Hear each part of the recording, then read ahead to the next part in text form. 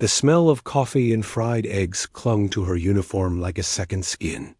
Every night when Rosa finally clocked out, she could still feel the grease in her hair and the ache deep in her feet. 12 hours. That was how long she spent on her feet most days, carrying plates, refilling cups, and smiling at strangers who barely looked at her face. She was 32 years old, and this was her life.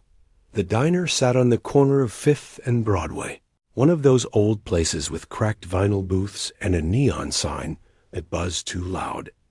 Rosa had worked there for almost 9 years now. She knew every regular by name, knew who wanted extra cream and who complained about cold toast. The owner, a heavy man named George, liked her because she never called in sick and never asked for raises. She was reliable, he said. Dependable. Rosa hated those words. They made her feel like a piece of furniture, but she never complained. Complaining was a luxury she couldn't afford. Her mother lived with her in a small apartment on the East Side, and the medical bills had been piling up for years. Diabetes, heart problems, a surgery 2 years ago that insurance barely covered. Rosa sent money back home to the Philippines, too, to cousins and aunts who depended on whatever she could spare. So she worked, she smiled. She carried plates until her arms went numbed out, and then, when the world went quiet, she did something no one knew about. 3 blocks from the diner, there was an old church called St. Augustine's. It had been built over 100 years ago, with tall stone walls and stained glass windows that caught the moonlight in ways that made Rosa's heart ache. The church closed at 8 every evening, but there was a side door near the back that was always unlocked. The custodian, an old man named Mr. Patterson, had noticed her lingering outside one night about 4 years ago. He didn't ask questions. He just handed her a key and told her to lock up when she was done. Inside the church, tucked in a corner near the altar, sat an old Steinway piano. It was out of tune, and some of the keys stuck, but to Rosa, it was the most beautiful thing in the world. Every night after her shift, no matter how tired she was, she walked those 3 blocks in the dark. She let herself in through the side door, sat down at that piano bench, and played until her fingers couldn't move anymore. Sometimes she played for an hour. Sometimes she played until 2 in the morning, when the silence became so thick it felt holy. She never turned on the lights. She played in the darkness, letting her fingers find the keys from memory. It felt safer that way, like she was hiding something precious from a world that might try to take it from her. Because that's what it felt like. A secret. A shameful, beautiful secret. Rosa had learned to play the piano when she was 5 years old. Her grandmother had taught her, back in their tiny apartment in Manila. Her grandmother had been a music teacher before the war, before everything changed. She used to tell Rosa that music was a gift from God, something that lived inside you, whether you were rich or poor, happy or broken. She taught Rosa to read notes before she could read words. She made her practice scales until her small fingers cramped. And when Rosa cried because it was too hard, her grandmother would sit beside her, place her wrinkled hands over Rosa's small ones, and guide them across the keys with a patience that felt like love. Those were the happiest memories of Rosa's childhood. Just her and her grandmother, lost in the music, the rest of the world fading away. Her grandmother passed away when Rosa was 12. A stroke, sudden and cruel. Rosa remembered standing at the funeral, staring at the closed casket, feeling like someone had reached inside her chest and pulled something out. The piano in their apartment was sold a week later to pay for the burial. Rosa never touched another piano for years after that. Life got hard. Her mother remarried and moved them to America when Rosa was 16, chasing a dream that never quite came true. Rosa dropped out of school at 19 to work.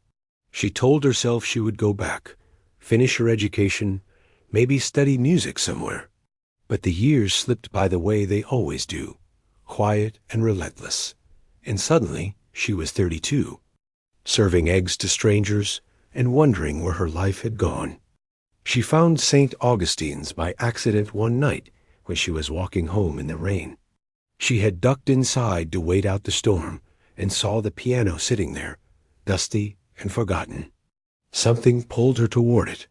She sat down, pressed a single key, and the sound that came out broke something open inside her. She cried for an hour that night. Then she started playing. And she hadn't stopped since. 4 years of secret nights at that piano. 4 years of teaching herself again, of remembering everything her grandmother had shown her. She played Chopin and Beethoven and Debussy. She played folk songs from her childhood and pieces she found in old music books at thrift stores. She played until her fingers bled, and then she played some more. But she never told anyone. Not her mother, not her coworkers, not a single soul. Part of her was afraid. Afraid that people would laugh at her, a grown woman with calloused hands and bags under her eyes, thinking she could play piano like it mattered. Afraid that saying it out loud would make it real, and real things could be taken away. She had learned that lesson too many times, so she kept it hidden. During the day, she was Rosa the waitress, the quiet one who always picked up extra shifts and never caused trouble. But at night, alone in that dark church with the moonlight streaming through the stained glass, she was someone else entirely. She was the girl her grandmother had believed in. She was the musician she had always wanted to be. The world didn't know. And Rosa told herself that was fine. She told herself that playing in secret was enough, that she didn't need an audience, or applause, or any of those things that other people seemed to want so badly. But there was a hunger inside her that wouldn't go away, a voice that whispered in the dark when she was too tired to silence it. The voice asked her questions she didn't want to answer. Questions like, what if? What if someone heard you play? What if it's not too late? What if your grandmother was right, and the music really does live inside you, waiting for you to let it out? Rosa pushed those questions down every single day. She buried them under work and exhaustion and responsibility. She told herself that dreams were for people with different lives, different circumstances, different luck, but the questions never stopped. And neither did the music. Every night, she walked those 3 blocks in the dark. Every night, she sat down at that broken piano and let her fingers remember what her heart refused to forget. And every night, just for a few hours, she allowed herself to feel something that terrified her more than anything else in the world. Hope. On a cold October evening, Rosa wasn't alone in that church. She just didn't know it yet. The man who walked through the front doors of St. Augustine's that night wasn't looking for music. He wasn't looking for anything, really. He was just tired. Tired in the way that goes deeper than bones, deeper than sleep can fix. His name was Henry, and 3 months ago, he had buried his wife of 41 years. Cancer. The word still felt like broken. Glass in his mouth. Henry was 73 years old. He had spent his entire life in music. For 35 years, he had been the principal conductor of the city's orchestra, leading musicians through symphonies that made audiences weep and cheer and forget their troubles for a few hours. He had traveled the world, worked with the greatest talents of his generation, and built a career that most people would call extraordinary. But none of that mattered anymore. Not without her. His wife, Miriam, had been his everything. She was the one who sat in the front row of every performance, the one who told him the truth when he needed to hear it, the one who made their empty house feel like home. When she got sick, he canceled his entire season. When she couldn't get out of bed anymore, he lay beside her and held her hand for hours, playing her favorite pieces in his head because he couldn't bear to touch a piano without her listening. After she died, the silence almost killed him. He stopped conducting, stopped listening to music, stopped answering phone calls from old friends who wanted to help. He just wandered most days, through parks, through empty streets, through memories that hurt too much to hold. That October night, he found himself walking past St. Augustine's. The church was dark, but something made him stop. Maybe it was the way the moonlight hit the stained glass. Maybe it was the ache in his chest that seemed to ease, just slightly, when he looked at those old stone walls. Whatever it was, he pushed open the heavy wooden door and stepped inside. He expected silence. He expected emptiness. He expected to sit alone in a pew and let the darkness swallow him for a while. What he heard instead changed everything. Music, piano music, drifting through the shadows like something alive. At first, Henry thought he was imagining it. His mind had been playing tricks on him lately, filling quiet moments with sounds that weren't there. But this was different. This was real. And it was beautiful. He moved slowly down the center aisle, his footsteps soft against the stone floor. The music grew louder as he approached. It was Chopin. The Ballade No. 1 in G minor. Henry knew this piece better than he knew his own heartbeat. He had conducted it dozens of times, had heard it played by some of the most celebrated pianists in the world, but he had never heard it played like this. There was something in the music that made him stop breathing. A rawness, a hunger.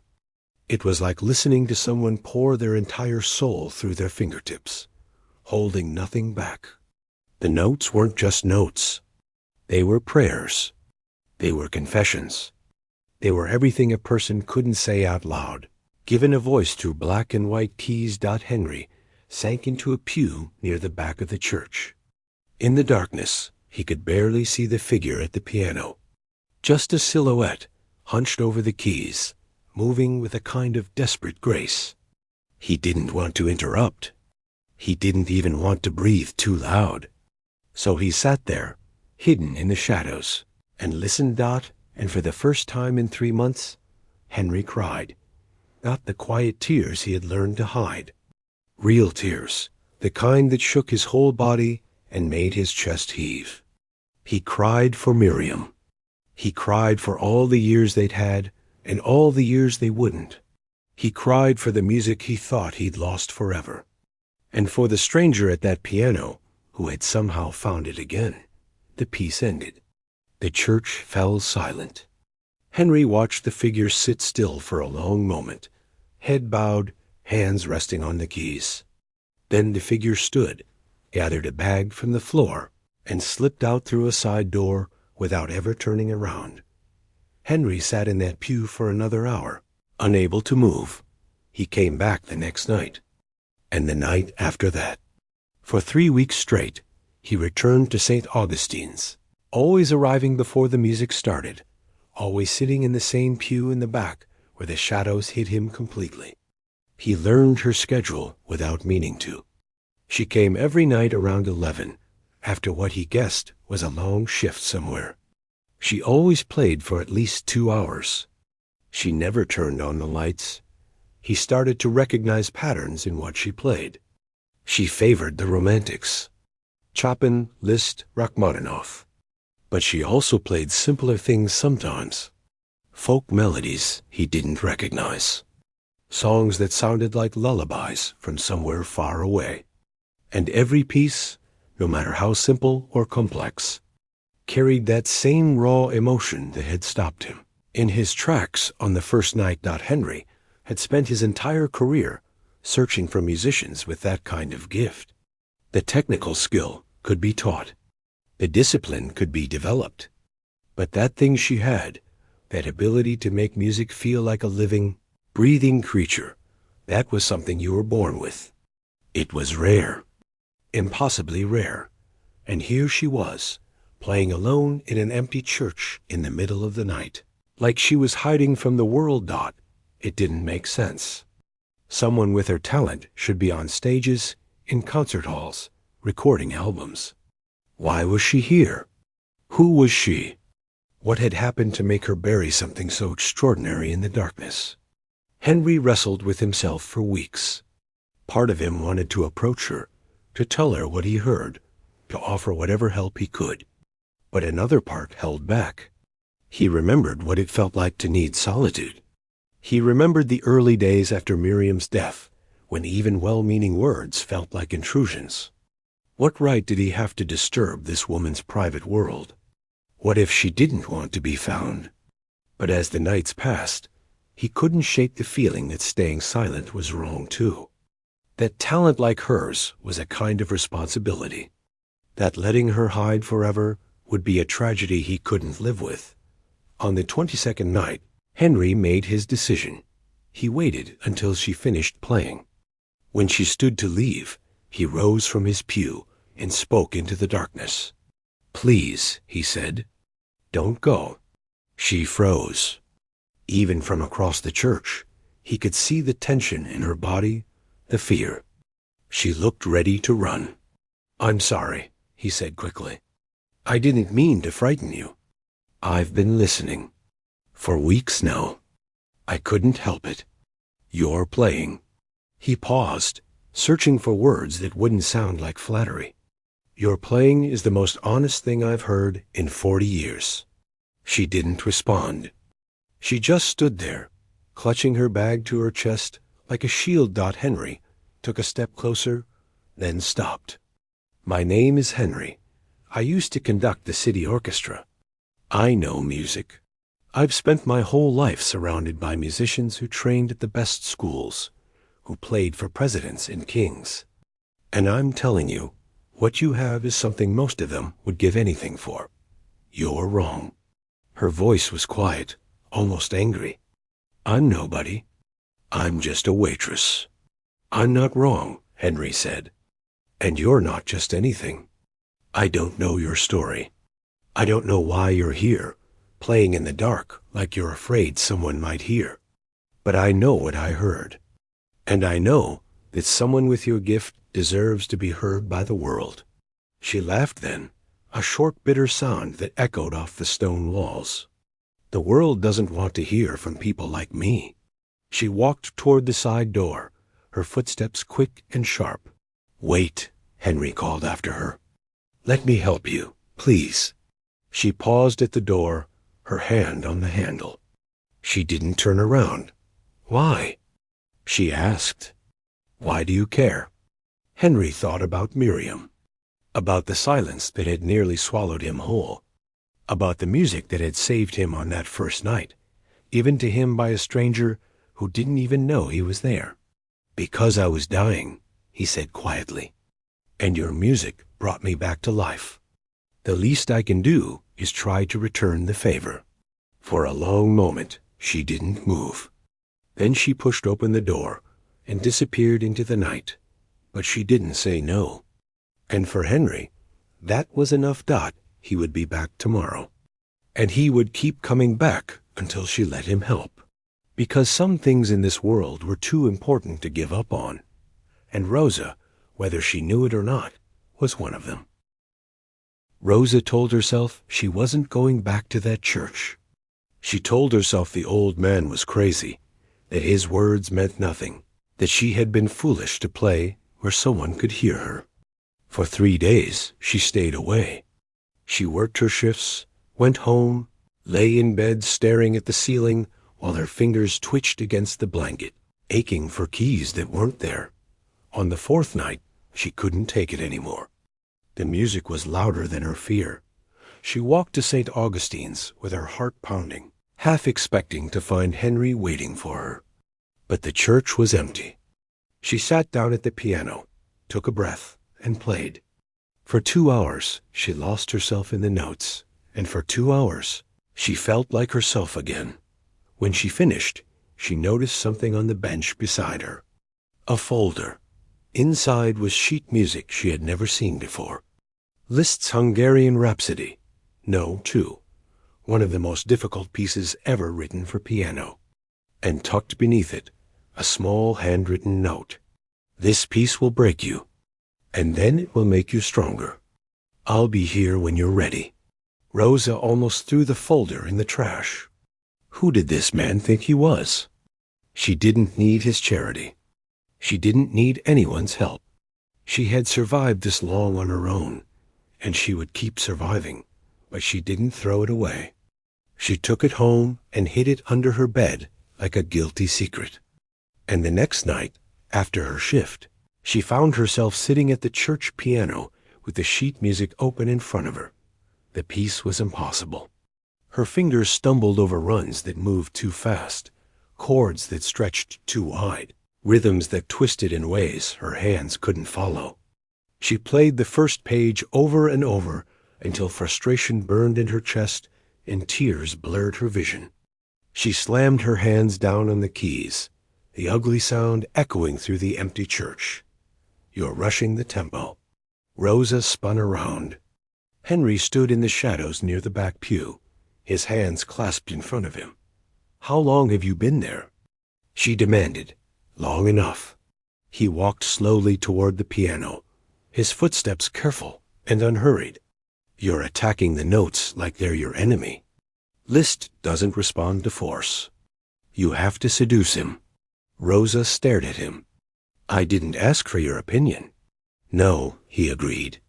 "But you kept the music, and you're trying to learn it. That tells me something." She wanted to argue, but she didn't have the energy. Her feet throbbed from standing all day. Her back ached. Her fingers were cramped and sore. And somewhere deep inside, beneath all the anger and pride, she knew he was right. She was rushing.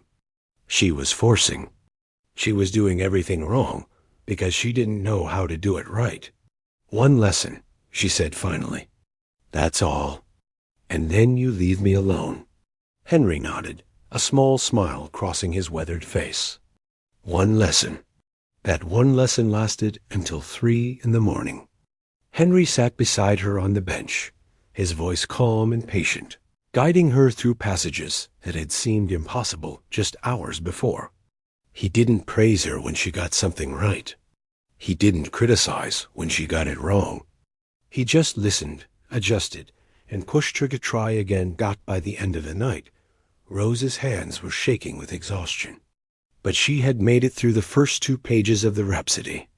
Not perfectly, not even close, but better than she ever thought she could. She agreed to another lesson, and then another. Before she knew it, weeks had turned into months, and Henry had become a permanent fixture in her secret world. It wasn't easy. Nothing about it was easy. Rosa still worked 12-hour shifts at the diner. She still came home to help her mother with her medications, to cook dinner, to handle the bills that never stopped coming. By the time she made it to the church each night, she was running on fumes. Some nights she fell asleep at the piano bench, waking to Henry gently shaking her shoulder. Some nights she was so tired she couldn't remember what she had played. Henry pushed her anyway. He gave her exercises that made her fingers burn. He assigned pieces that seemed beyond her reach and then demanded she reach anyway. He corrected her posture, her breathing, her technique. He made her play the same 4 measures 100 times until they were perfect. And Rosa pushed back. She yelled at him when he criticized too harshly. She accused him of not understanding her life, her exhaustion, her responsibilities. She told him he was wasting his time on someone who would never be good enough. 3 times, she quit. The first time, she stayed away for a week. Henry left a recording of a pianist Rosa had never heard of on the piano bench. A woman from a small village in Romania who had taught herself to play on a broken keyboard and ended up performing at some of the greatest concert halls in Europe. Rosa listened to the recording on an old CD player at home, crying the whole time. She went back to the church the next night. The second time, she quit after a brutal fight about a Rachmaninoff piece she couldn't master. Henry had told her she was playing with her head instead of her heart, that she was too afraid to feel the music fully. Something about those words cut too deep. She screamed at him that he didn't know anything about her heart, about what she felt, about what she had lost. She stormed out and didn't come back for 2 weeks. When she finally returned, Henry was waiting. He didn't mention the fight. He just handed her a new piece of sheet music and said, "Let's try something different." The third time was the hardest. Rosa's mother had a bad fall and ended up in the hospital. For a month, Rosa barely slept. She worked her shifts, spent her evenings at the hospital, and collapsed into bed for a few hours before doing it all again. Music felt like a distant dream, something that belonged to a different version of herself. She told Henry she was done, that she couldn't do this anymore, that she had been stupid to think she could balance all of it, that some people just weren't meant for more than survival. Henry listened. And then he said something she never forgot. "Your grandmother taught you to play when you were 5 years old. She gave you a gift that has survived poverty and loss and 30 years of silence. Do you really think she did all that so you could give up now?" Rosa didn't answer. She couldn't. "I'm not asking you to be perfect," Henry continued. "I'm not asking you to choose between your mother and your music. I'm asking you to keep going, even when it hurts. Because that's what artists do. That's what you are, whether you believe it or not." She went back to the piano that night. Her mother came home from the hospital a week later. And somehow, impossibly, Rosa kept going. 2 years. That's how long they worked together. 2 years of late nights and exhaustion and slow, painful progress. 2 years of fighting and making up and fighting again. 2 years of Henry seeing something in her that she couldn't see in herself, and refusing to let her forget it. Not by the end. Rosa wasn't the same person who had walked into that church looking for a place to hide. Her technique had sharpened. Her repertoire had expanded. Her confidence, still fragile, had begun to grow roots. But more than that, something inside her had shifted. She no longer played to escape her life. She played to claim it. Every note was a declaration. Every piece was a statement. She was here. She mattered. And she was done hiding in the dark. Henry watched her play one night, a Chopin nocturne that floated through the church like something holy. When she finished, he sat in silence for a long moment. "You're ready," he said finally. Rosa turned to look at him. "Ready for what?" Henry smiled, and there was something in his eyes that looked almost like mischief. "Ready for the world to hear you." The National Piano Competition was the kind of event Rosa had only read about in magazines. She flipped through during slow shifts at the diner. It was the biggest classical music competition in the country, a launching pad for careers that most pianists only dreamed about. Winners had gone on to perform at Carnegie Hall, to sign recording contracts, to travel the world playing for audiences of thousands. The competition attracted the best young talent from the most prestigious conservatories, students who had been groomed for this moment since childhood, and Henry wanted her to audition. When he first told her, Rosa laughed. She actually laughed out loud, the sound bouncing off the church walls like something absurd. "You're joking," she said. "I never joke about music. Henry, I'm 34 years old. I work at a diner. I've never had a formal lesson in my life, except for the past 2 years with you. Those people have been training since they were children. They have degrees and coaches and connections. I have nothing." "You have talent," Henry said calmly. "You have heart. And you have something none of them have." "What's that?" "A story worth telling." Rosa shook her head. The whole idea was ridiculous. She wasn't competition material. She was a waitress who played piano in an empty church because she was too afraid to play anywhere else. People like her didn't enter competitions like this. People like her didn't even dream that big. But Henry wouldn't let it go. He had spent weeks calling in favors, reaching out to old colleagues, pulling strings Rosa didn't even know existed. He had been out of the music world for years, but his name still carried weight. People remembered him. People owed him. When he finally secured her an audition slot, he presented it to her like a gift. All you have to do is show up, he said. Play the way you play for me. Let them hear what I hear. Rosa wanted to say no.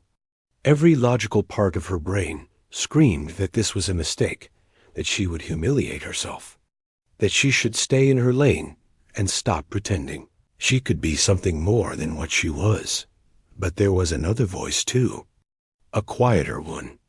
The voice of her grandmother, whispering across the years.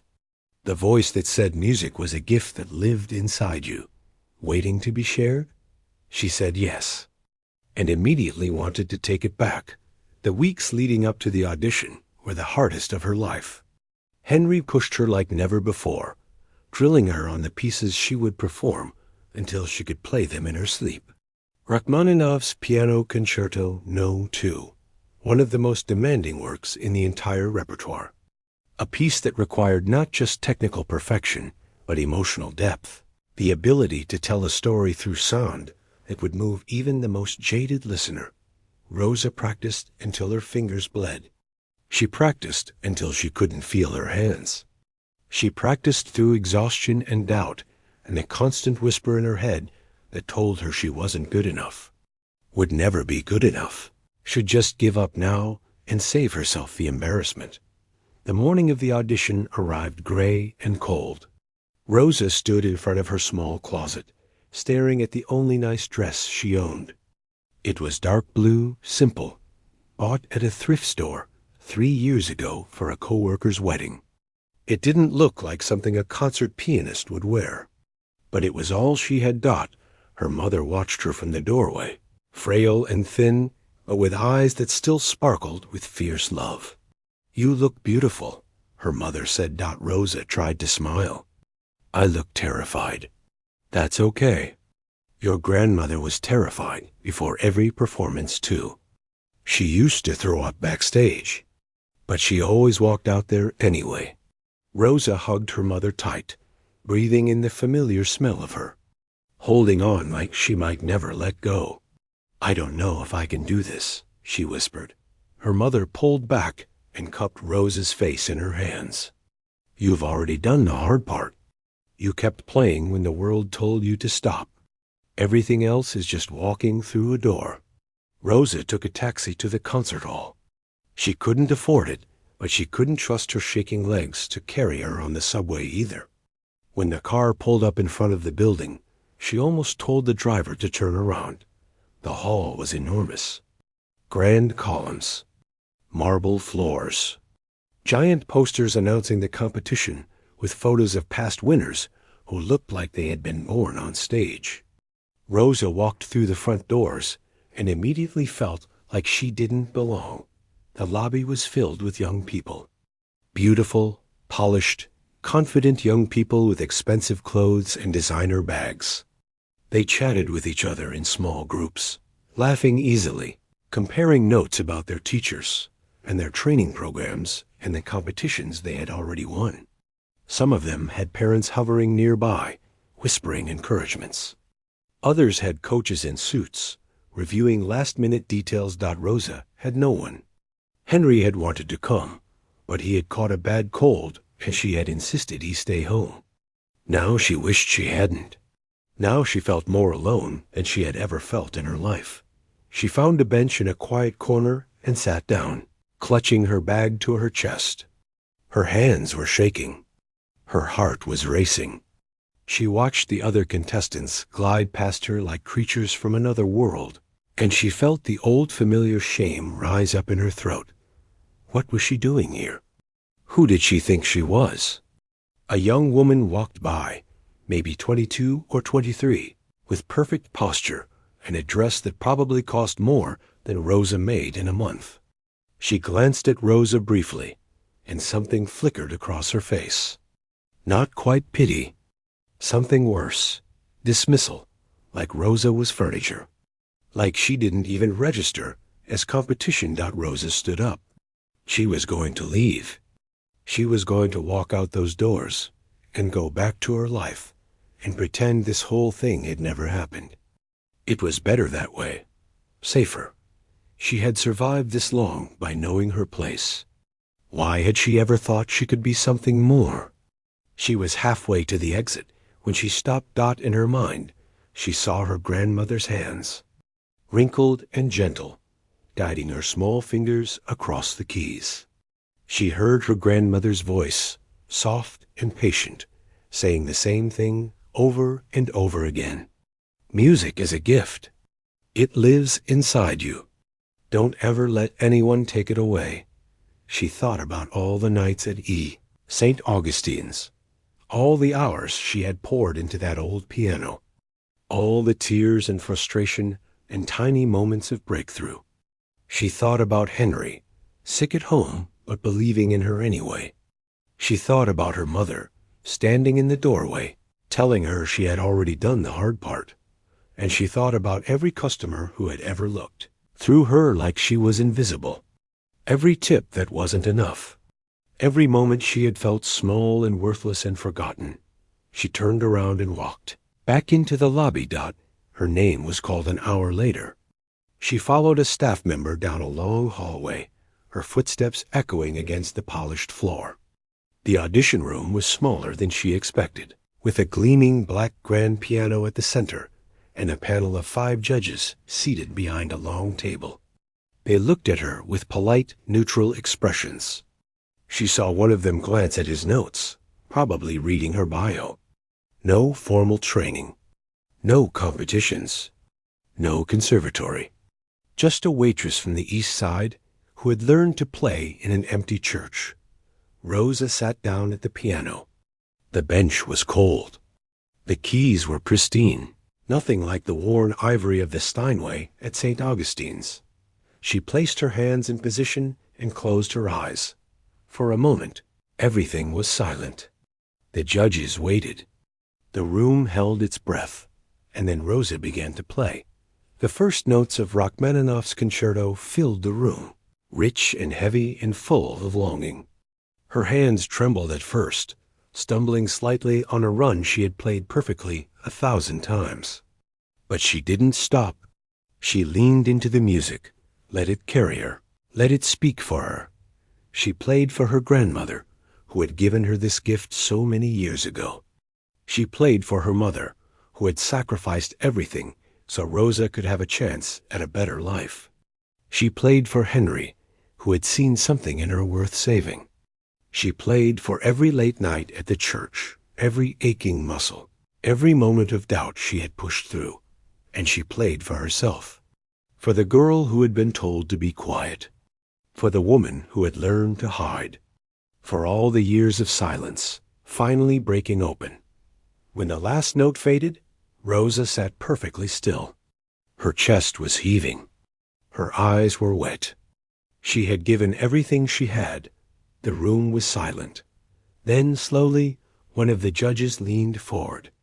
An older woman with silver hair and sharp eyes. She looked at Rosa for a long moment, and something in her expression shifted. "Thank you," the woman said quietly. "That will be all." Rosa stood, bowed, and walked out of the room on legs that felt like water. She had no idea if she had been good enough. She had no idea if any of it had mattered. But for the first time in her life, she had stopped hiding Dot, and whatever happened next, no one could ever take that away from her. The call came 3 days later. Rosa was at the diner, carrying a tray of pancakes to table 7, when her phone buzzed in her apron pocket. She ignored it. Phones weren't allowed during shifts, and besides, it was probably just a spam call. Nobody important ever called her, but something made her check it during her break. A voicemail from an unknown number. She almost deleted it without listening. She pressed play anyway. The voice on the other end was calm and professional. A woman from the competition committee.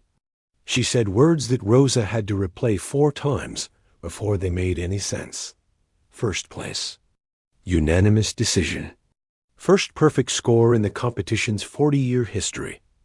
Rosa sat down on an overturned milk crate behind the diner, her legs suddenly unable to hold her.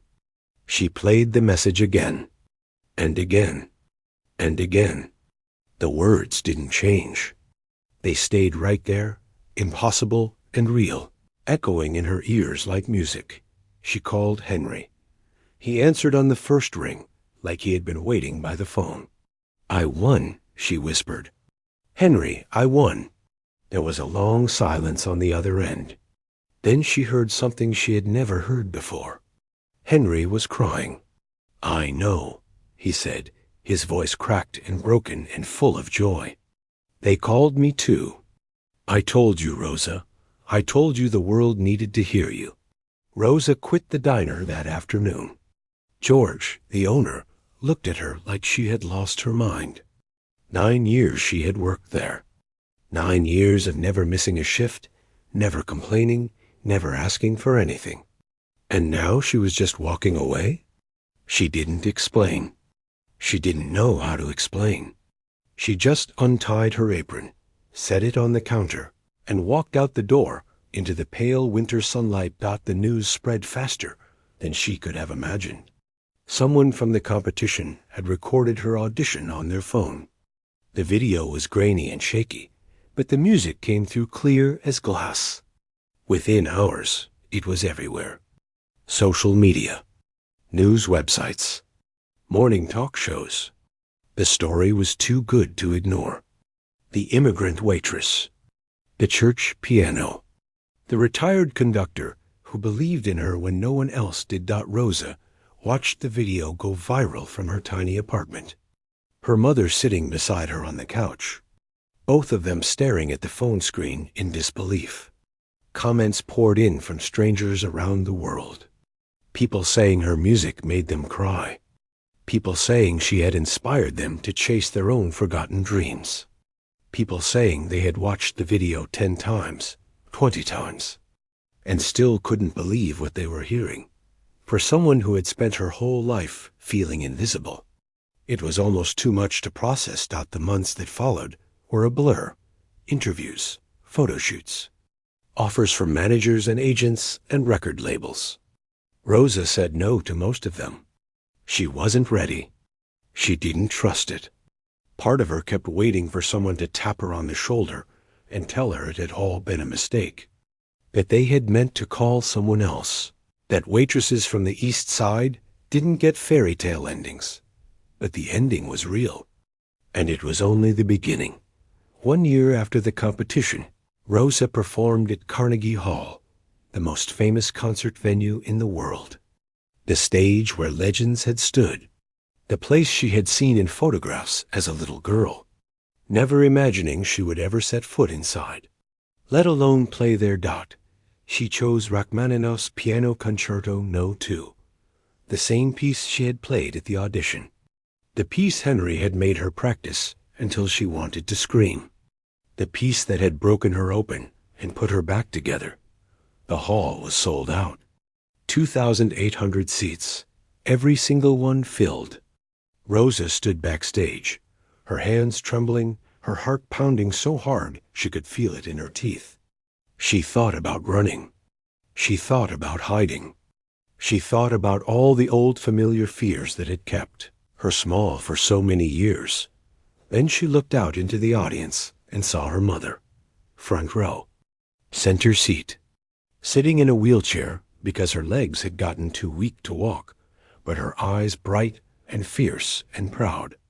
She was wearing a new dress, the first new dress she had owned in years. Rosa had bought it for her. Rosa had bought a lot of things lately. A better apartment, better doctors, better everything. It still didn't feel real. Their eyes met across the distance. Her mother nodded once, just slightly. That was all Rosa needed. She walked out onto the stage. The applause washed over her like a wave. She sat down at the grand piano, took a breath, and placed her hands on the keys. And then she played. She played for 2,000 strangers who had come to hear her story. She played for every person watching at home, every dreamer who had been told they weren't good enough. She played for her grandmother, somewhere beyond the stars, who had planted this seed so many years ago. She played for her mother, who had given up everything so Rosa could have a chance. And she played for Henry, He wasn't there that night. His cold had turned into pneumonia 3 months after the competition, and his body, weakened by grief and age, couldn't fight it off. He died on a Tuesday morning in early spring, with Rosa holding his hand and playing Chopin on her phone, because he had asked to hear her one more time. His last words to her were simple. "Don't ever stop," he had whispered. "Promise me." She had promised. And she had kept that promise every single day since. When the final note of the concerto faded into silence, Rosa sat still at the piano. The hall was quiet for a long, breathless moment. Then the applause began. It started slowly, like distant thunder, and built into something enormous, something overwhelming, something that shook the walls and filled every corner of that historic room. People rose to their feet. All of them. 2,800 people, standing and clapping and cheering for a woman who had once hidden in the dark because she was afraid to be heard. Rosa looked out at them through tears she didn't try to hide. She saw her mother crying in the front row. She saw strangers wiping their eyes. She saw faces full of joy and wonder, and something that looked almost like hope. This was real. This was her life now. And it had all started with a broken piano in an empty church. Today, Rosa runs a foundation that provides free music education to children from low-income families. She travels to schools and community centers, teaching kids who remind her of herself. Kids who have been told they don't matter. Kids who have never touched a piano. Kids who have dreams buried so deep they don't even know they have them yet. She tells them the same thing her grandmother told her all those years ago in a tiny apartment in Manila. Music is a gift. It lives inside you. Don't ever let anyone take it away. Every October, on the anniversary of the night Henry first heard her play, Rosa returns to St. Augustine's Church. She lets herself in through the same side door, sits down at the same old Steinway, and plays alone in the darkness. Not because she's hiding anymore, but because some stages are sacred. Some moments belong only to you and the people you carry in your heart. She plays for her grandmother. She plays for Henry. She plays for the woman she used to be, the one who was too afraid to believe she deserved more. And sometimes, if she listens closely, she swears she can hear them listening. The church is never really empty. The music fills it with everyone she has ever loved. And in those quiet hours, with the moonlight streaming through the stained glass, Rosa finally understands what her grandmother meant all along. Music isn't just something you do. It's something you are. It's the part of your soul that refuses to stay silent, no matter how hard the world tries to quiet it. Rosa Santos stopped being a waitress a long time ago. But she never stopped being the girl at the piano, playing in the dark, believing that someone, somewhere, might be listening. And now the whole world is.